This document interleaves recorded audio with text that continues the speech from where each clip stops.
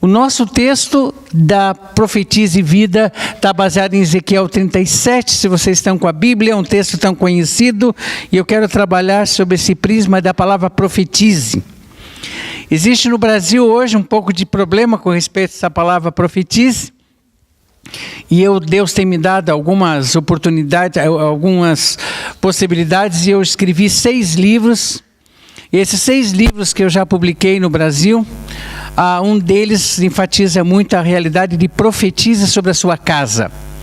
Só que dentro da denominação e dentro da nossa realidade de profissão de fé, é uma palavra que assusta um pouco. Eu me lembro que quando eu fui publicar esse livro, que ele foi editado, eu fui falar com o Dr. Russell Shedd, e disse: pastor, estou tendo alguns problemas com essa palavra, o próprio editor não quer publicar e eu estou insistindo em colocar no livro, profetizando sobre a sua casa.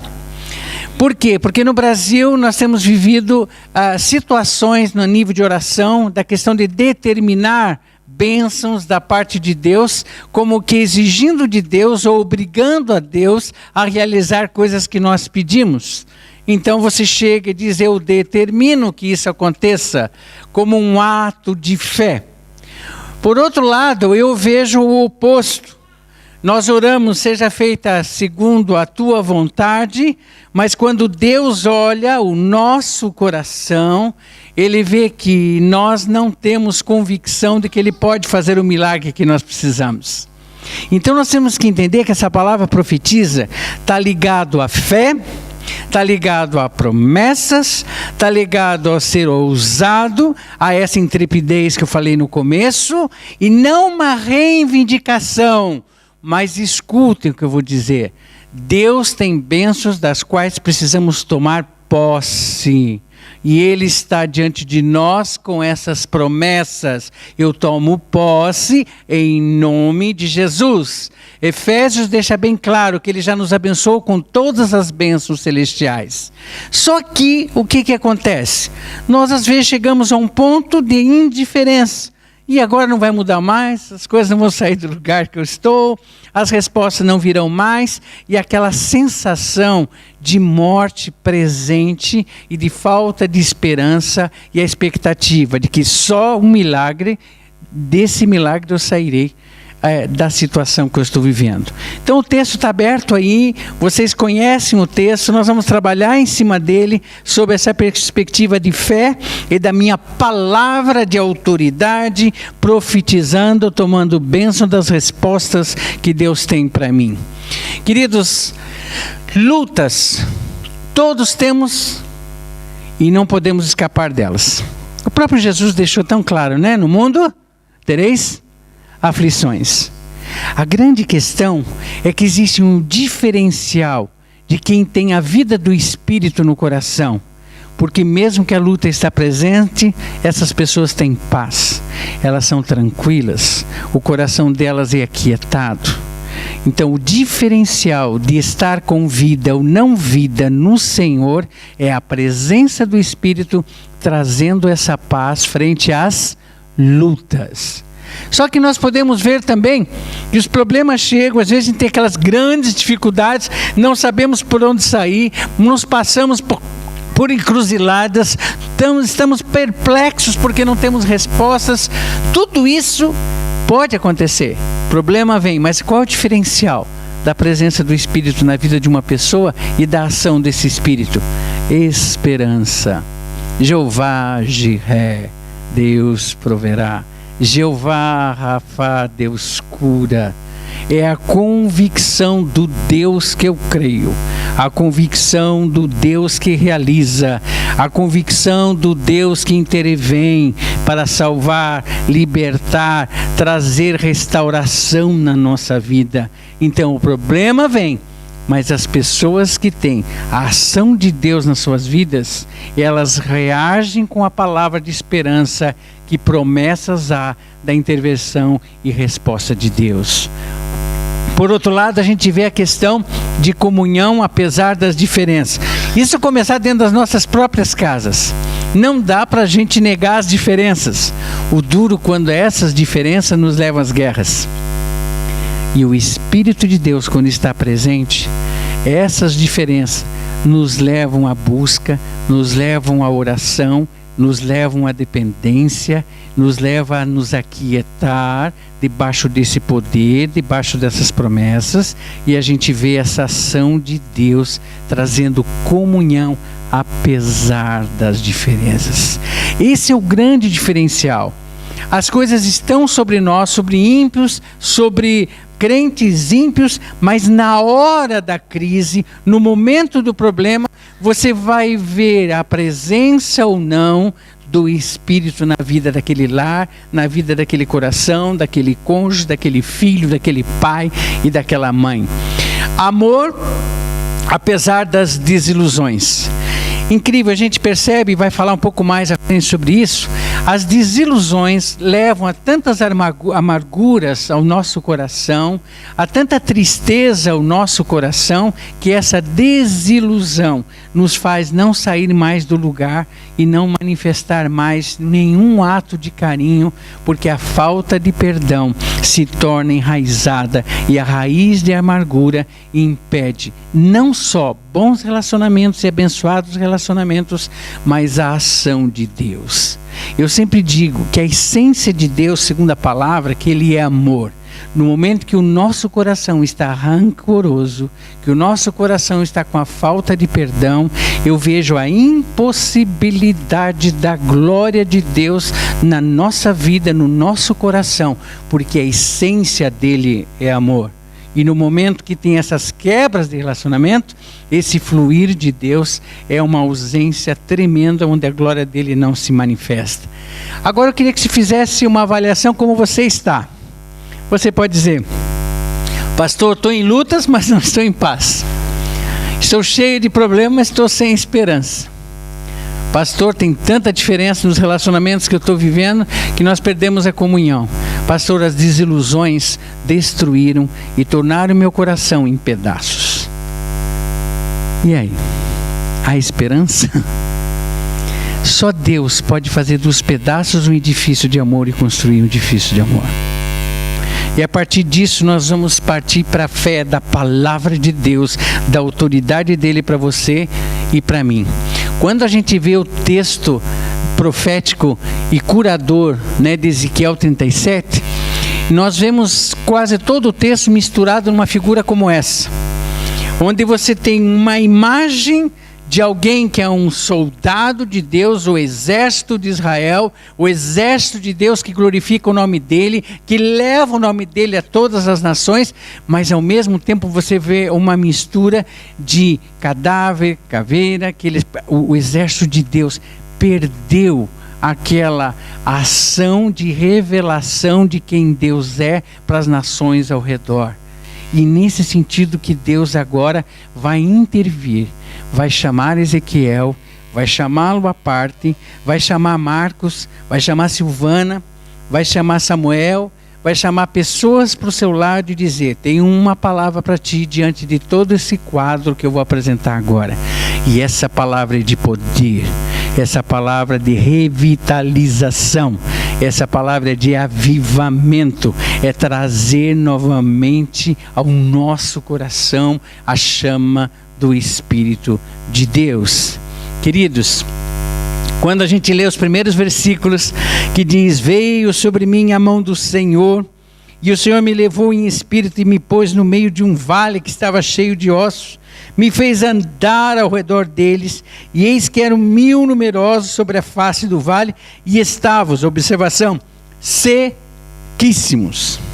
Incrível, quando eu vejo um quadro como esse, o profeta, tendo essa visão de Deus, eu me preocupo um pouquinho, porque o texto nos diz que Deus não só fala para ele que ele está diante desses ossos, mas ele manda andar no meio deles. Fico pensando, já era ruim a visão, já era terrível o vale de ossos, e Deus diz: dá uma caminhada no meio deles. E eu reflito uma coisa sobre isso: só o Espírito Santo de Deus pode revelar para você exatamente como você está. E quando você ora: Senhor, sonda-me, vê se há em mim algum caminho mau e guia-me pelo caminho eterno. Essa palavra sonda-me é que Deus está dizendo para você: dá uma avaliada, mexe um pouquinho, você vai ver que é pior do que você pensava o estado que você está. É bem pior do que você imaginava. E você vai precisar desse milagre celestial de Deus para sair do estado que você está. Quando a gente vê situações como essa, a visão humana é desviar os olhos ou correr para a zona de conforto. Você já percebeu isso? O pai e a mãe discutem com o filho, chega a um estágio que diz: não aguentamos mais. Ele diz: eu vou sair dessa casa. Sai, se manda. Eu preciso entrar na zona de conforto. A presença dele me é angustiante. Marido e mulher discutem. E hoje em dia é incrível, né? Marido e mulher, quando discutiam há 20, 30 anos atrás, discutiam, mas demorava muito tempo para chegar e dizer o seguinte: não aguento mais, sai, eu vou sair de casa. Hoje, 1 ano de casado, 2 anos de casado, eles só olham para a cara do outro: chega, então vá, você não quer mais, eu vou embora. Então, essa situação, por quê? Porque a crise me leva a ter que ter uma reação, mas a gente não quer enxergar o problema, e quando o problema está diante de nós, nós queremos fugir. E o primeiro motivo da cura, sabe qual é? Eu olhar: estou com um problema assim. Eu estou com um vale de ossos secos diante de mim. É essa a visão do estado da alma. E não precisa ser necessariamente você, alguém que você conhece, um parente que você conhece até no Brasil, que você para agora para pensar, que seja o alcoolismo, que seja a droga, um casamento que está desmontando, que está desfacelando inteiro, e você para olhar e diz: não tem saída. E pior, é sequíssimo. E nessa noite Deus está dizendo assim, uma palavra de esperança, onde a intervenção de Deus traz a vida de volta. E é essa palavra de esperança que eu quero que você tenha. A visão dada por Deus é realizar e transformar, andar no meio dos ossos, como eu disse. Agora, lógico que todo esse quadro aqui dizia respeito a Israel, mas o quadro de Israel para nós é uma tradução de nós como povo de Deus, vivendo a mesma situação que eles viveram. Jerusalém em ruínas, o rei no cativeiro, o povo disperso, se tornando escravo, sem lugar para adoração. Israel não existia mais como nação, não havia mais identidade. Sabe o que é essa identidade? É uma coisa muito forte.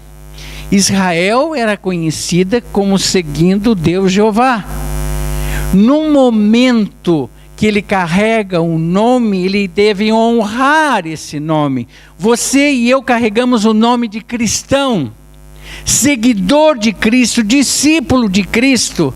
E no momento que nós desonramos esses nomes, nós perdemos a identidade que conseguimos nos céus com o sacrifício de Cristo Jesus. Onde a vergonha do nome dele, realmente eu sempre fico pensando, uma vez eu li um livro sobre tentação, sinal até um alemão, me fugiu a autoria, onde ele diz que o diabo, ele não quer atingir você, ele quer atingir o Cristo que está em você. Ele quer envergonhar o nome que você carrega, que é o nome de Cristo em você. Então as atitudes que você tem, essas atitudes vão envergonhar o nome de Deus, você perde a identidade. Israel perdeu a identidade. Se o mundo olhasse para Israel, eles não chegariam jamais até Deus, porque Israel estava longe de Deus. Sabe, às vezes eu paro para pensar e me pergunto, a pessoa que anda ao meu redor, no meu trabalho, na minha casa, nos lugares aonde eu ando, essas pessoas se aproximam de Deus quando estão comigo, ou elas se afastam mais de Deus? No momento que eu tenho a vida, no momento que eu tenho o bom perfume de Cristo, no momento que eu brilho a presença de Cristo, essas pessoas serão contaminadas por essa presença e elas se aproximem e querem um Deus na vida delas. Israel perdeu a identidade. E você?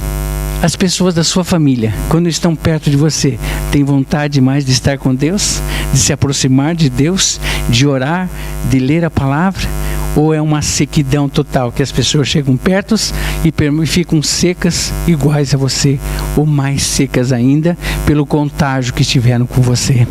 Queridos, um povo sem esperança.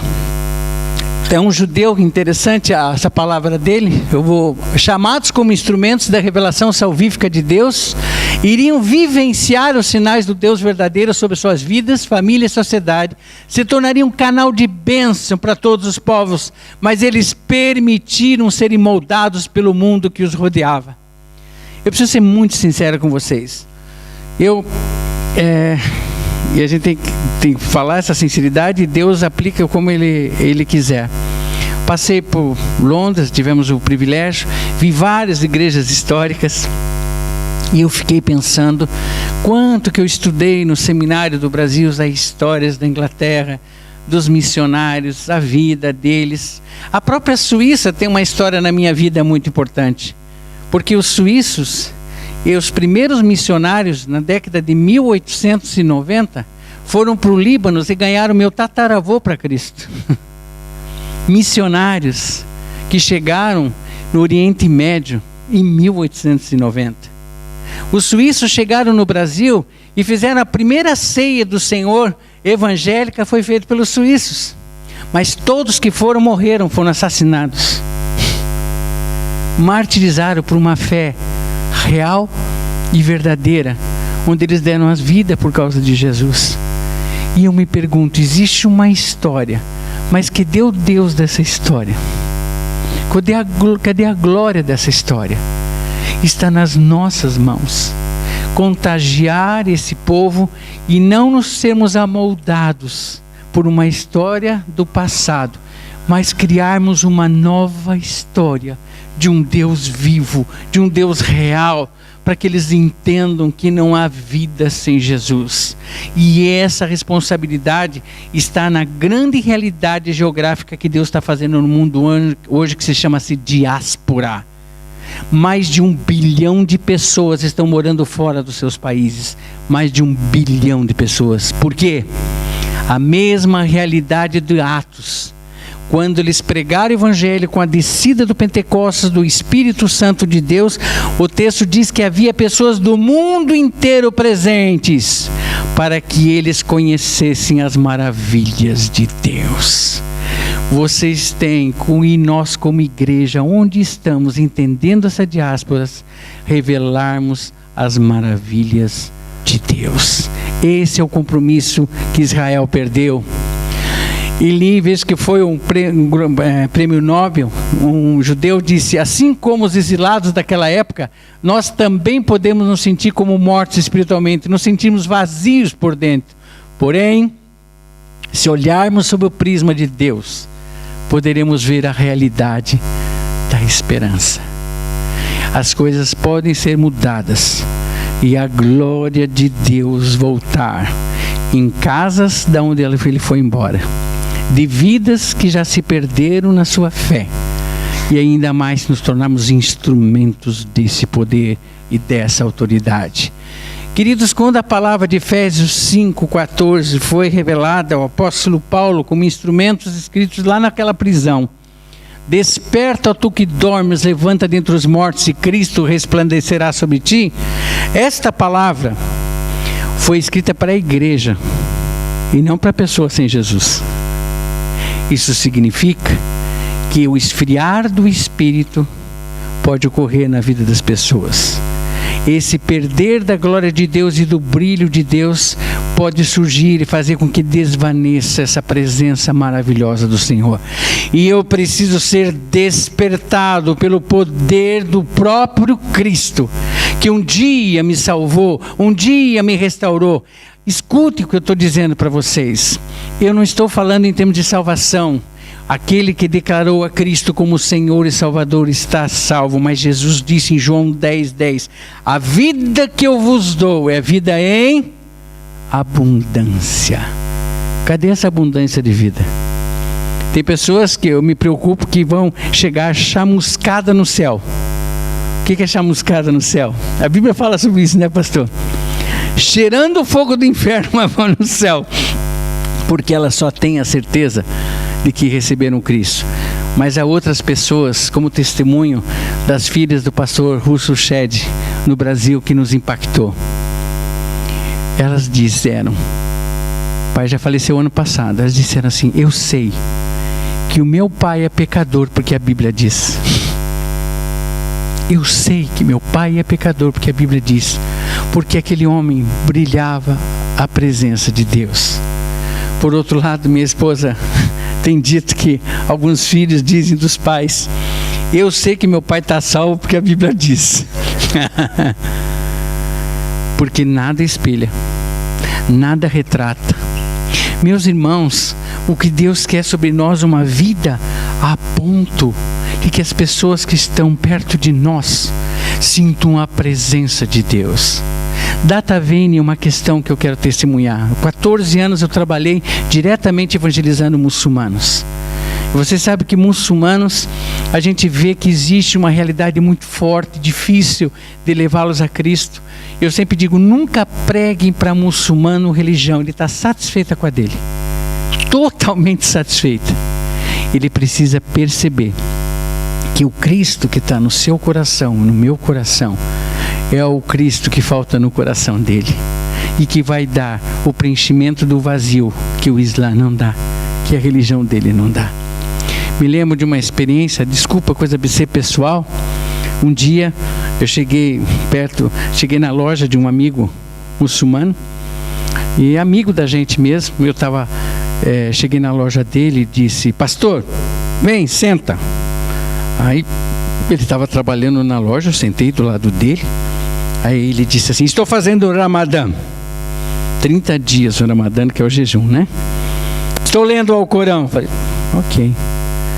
Mas de repente ele virou o rosto, ele olhou para os meus olhos e disse: mas como é que eu posso ter a paz que os teus olhos têm?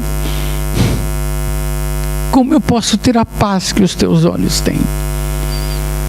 Essa é a vida que eu estou falando. As pessoas do seu lado olharem para você e dizem: orem por mim, porque eu sei. E você manifesta que você tem estado com o Senhor. Como Pedro e João, sem precisar falar. O povo disse: esses homens estiveram com Jesus sem precisar abrir a boca. E às vezes a gente abre a boca, fala, prega o evangelho, a pessoa não vê a hora da gente parar. Porque sabe que na nossa vida não existe a glória e essa vida poderosa do Senhor. Quando eu vejo Ezequiel 37, o despertar vem do Senhor sobre a palavra profética. A palavra humana, gente, ela é desanimadora. E às vezes a fé a fé se manifesta dessa forma. Dá licença para eu descer, porque eu ando um pouquinho para pregar. Não sei se o pastor anda aqui. Ai, está filmando, mas aqui aparece ainda? Tá bom, querido, obrigado. Mas é interessante, de repente o Tiago chega para mim: pastor, ore por mim, né? Porque eu perdi o emprego.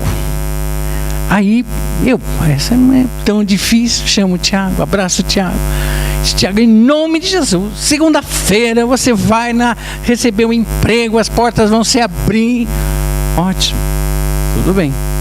Aí chega uma outra pessoa para mim e diz assim: pastor, eu cheguei em casa e minha esposa chegou para mim e disse: eu não quero mais saber de você, eu quero o divórcio.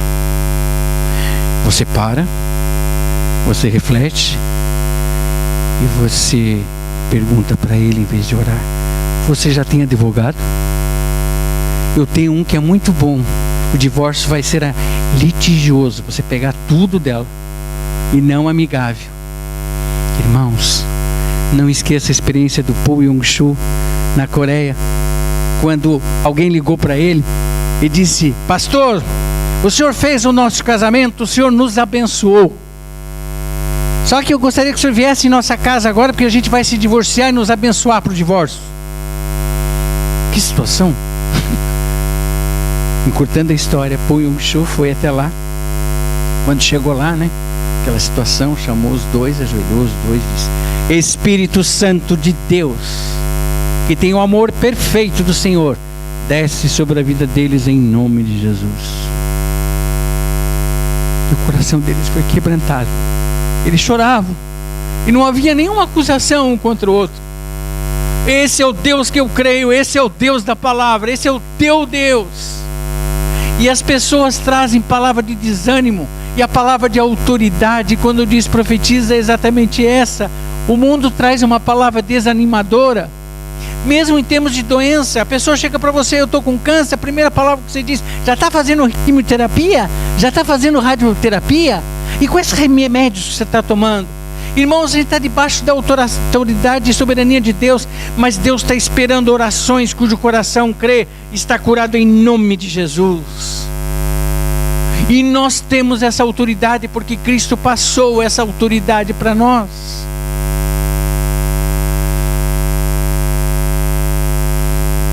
A palavra de Deus é restauradora na vida. Ele fará com que os corações dos pais se voltem aos filhos e os corações dos filhos se voltem aos pais.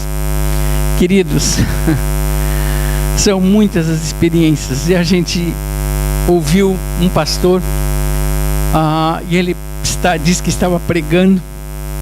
E enquanto ele pregava, e Deus deu motivo para os pedidos de orações. E um pai disse, e uma mãe, pastor, faz 6 meses que a gente não tem notícia do nosso filho. Não sabemos onde está o nosso filho. Pastor, ore por nós. O pastor olhou para eles e disse, hoje mesmo vocês terão notícia do seu filho. A esposa do pastor depois comentou, disse, onde que ele está com a cabeça de falar uma coisa dessa para eles? Hoje você vai ouvir notícia em nome de Jesus do seu filho. Para encurtar a história, amados,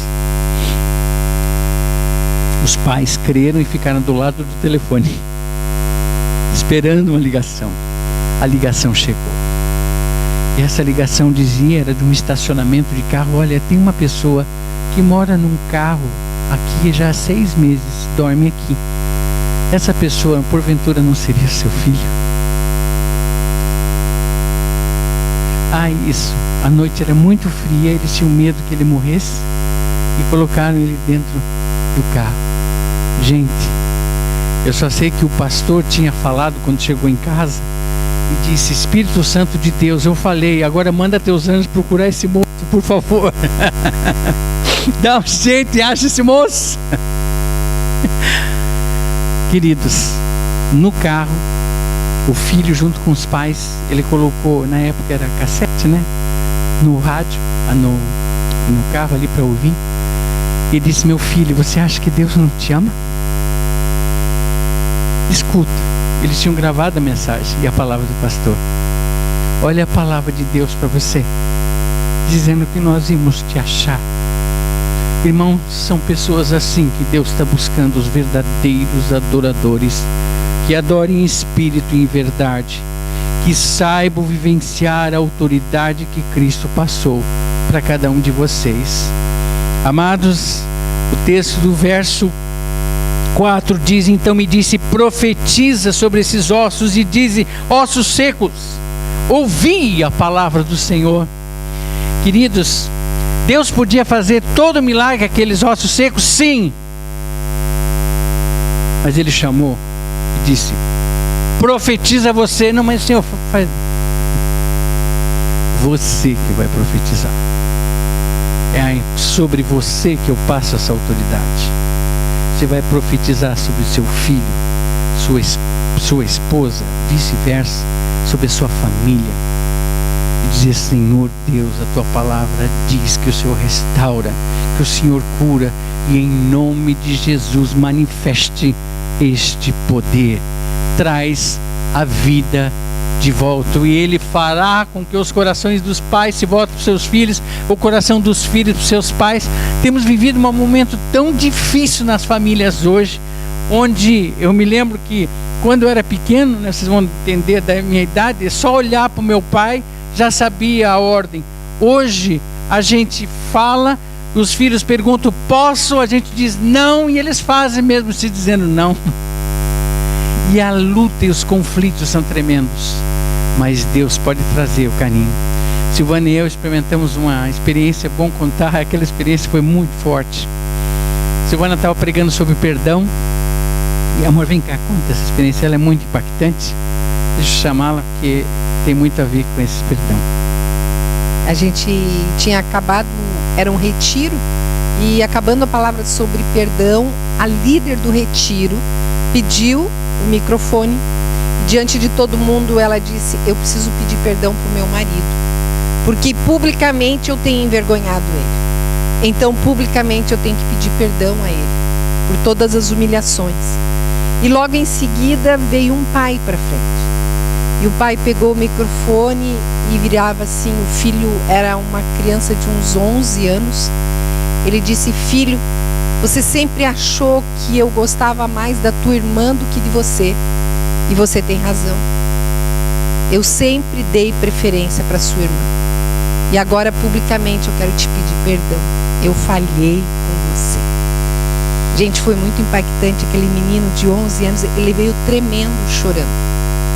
Ele agarrou na perna do pai, encostava a cabecinha dele chorando, enquanto o pai começava a fazer uma pública declaração, pedindo perdão e pedindo que o filho reconsiderasse todo o maltratamento que ele vinha dando na vida dele. Foi muito impactante. Houve um quebrantamento de toda a igreja com isso.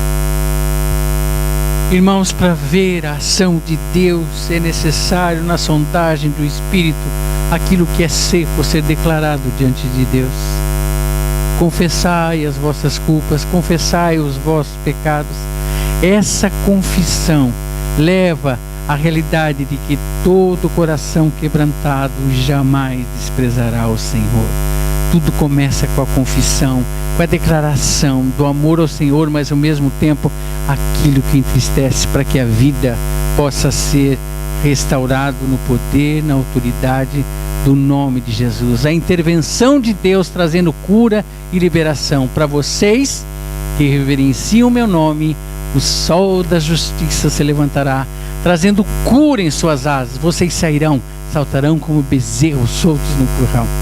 É lindo quando Deus age, quando você experimenta esse poder, essa ação de Deus, há um júbilo no coração, porque a gente sente a intervenção, a presença e o restaurar da glória viva de Deus, porque nós somos o templo do Espírito.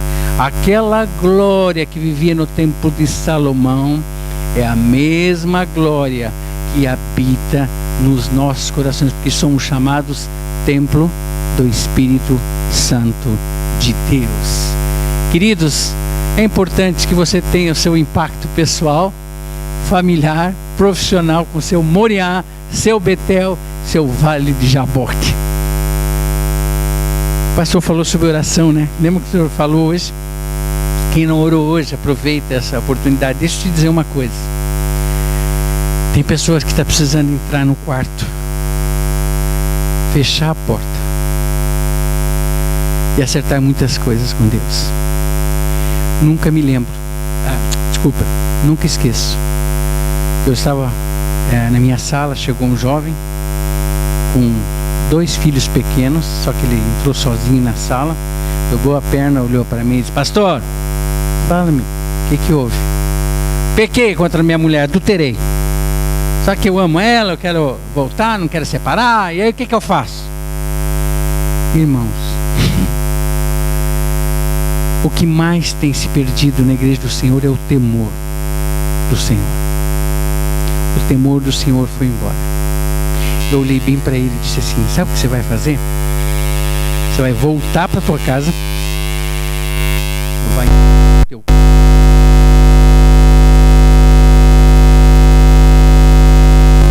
dá-me consciência.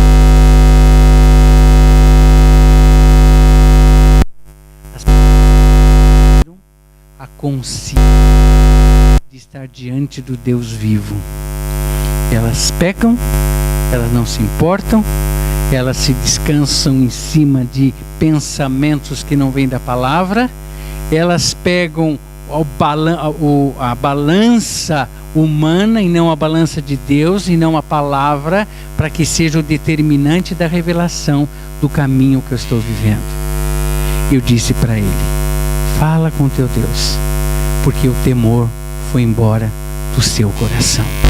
Queridos, de uma Betel, precisamos de um Jaboque, nem que a gente agarre o anjo e diz: não saia daqui enquanto o Senhor não me abençoar, para que naquele momento o Senhor se manifeste, fale, se revele, te cure e te dê bálsamo ao seu coração teu precisar, mas você sair do vale de ossos secos.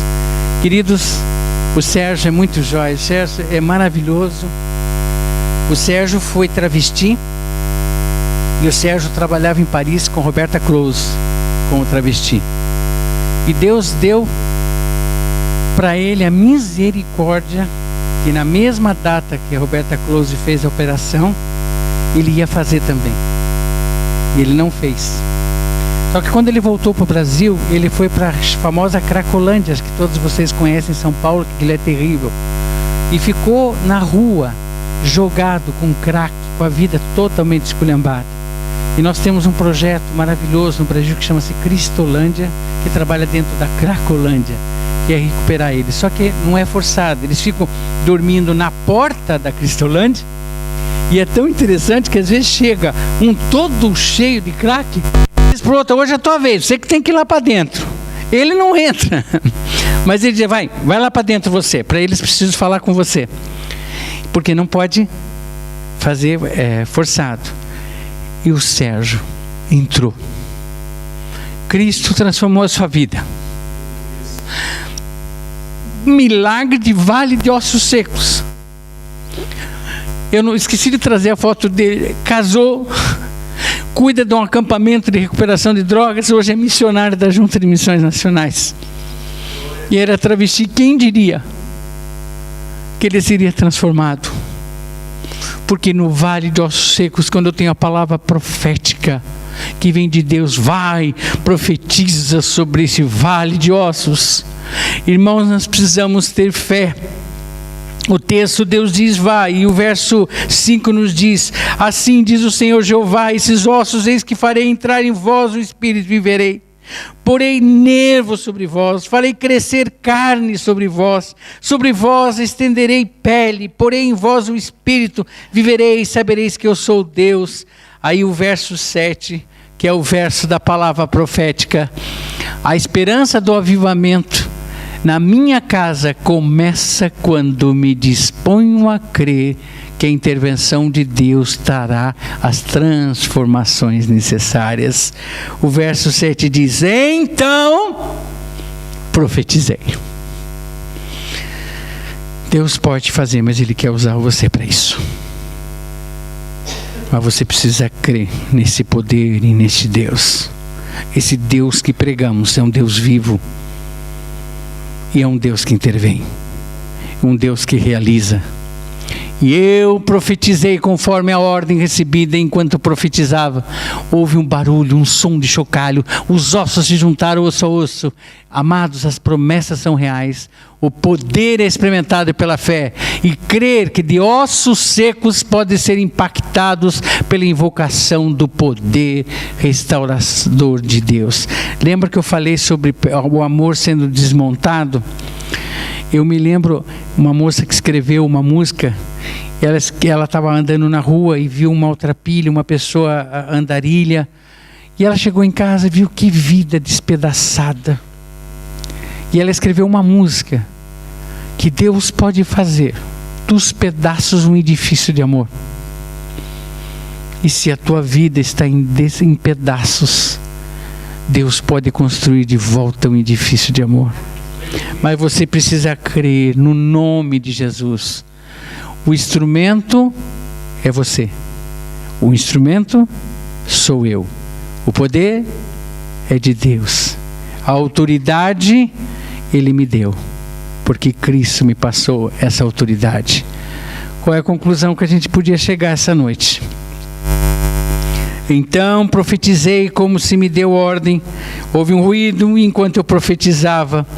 Eis que se fez um rebuliço, os ossos se juntaram, cada osso a seu osso. Olheis que vieram nervos sobre eles, cresceu carne, estendeu-se pele sobre ele por cima, mas não havia neles o Espírito. E ele me disse: profetiza o Espírito, profetiza ao Filho do Homem, diz ao Espírito: assim diz o Senhor Jeová, vem dos quatro ventos, ó Espírito, e assopra-se sobre esses mortos para que vivam.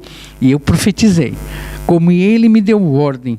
Então o Espírito entrou neles, viveram, se puseram em pé como um grande exército.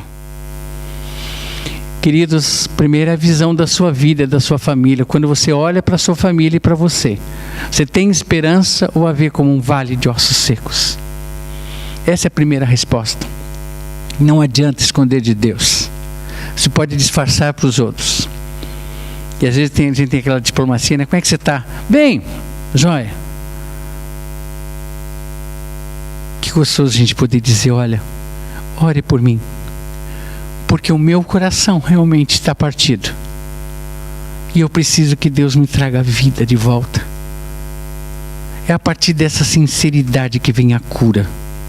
No momento que eu digo, pereço, ai de mim, como diz Isaías.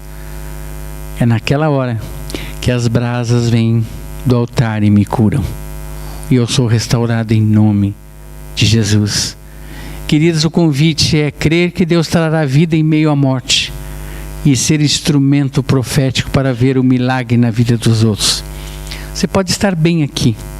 Graças a Deus, pastor, eu estou sentindo Deus, e Deus está no meu coração. Mas escutem, o desafio é muito maior que se imagina. Deus quer que você seja instrumento desse poder e profetize sobre as vidas que hoje são vale de ossos secos. E nessa noite, você pensando na pessoa que você pensou, você não é você. Você vai orar, clamando, pedindo para o Senhor com o seu Espírito manifestar aonde a pessoa estiver. Que Deus há de trazer respostas em nome de Jesus.